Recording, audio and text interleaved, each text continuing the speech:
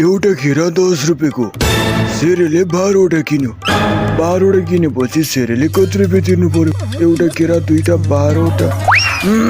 एउटालाई 10 रुपियाँ, दुईटालाई 20, तिनटालाई 20, चारवटालाई एउटालाई 10। सेरेले 12वटा किन्यो। 12वटा किन्यो सेरेले। एउटालाई 10 रुपियाँ, दुईटालाई 20 रुपियाँ, तिनटालाई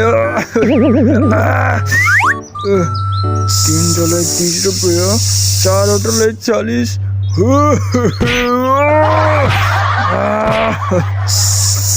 एउटालाई 10, 12वटालाई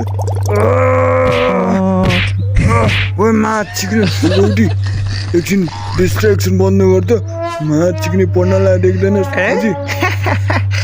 त म्याथ सिक्ने मुजी फ्याते तँलाई म्याथको स्पेलिङ आउँछ। रेन्टीको बिहान म्याथको स्पेलिङ आउँदैन हिसाब